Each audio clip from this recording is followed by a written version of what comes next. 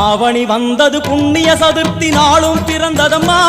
அதிகாலை முதலே மனையில் மங்கள மேளம் ஒலிக்குதம்மா கஜமுகனின் வரவை காண குடும்பம் வாசலில் கூடுதம்மா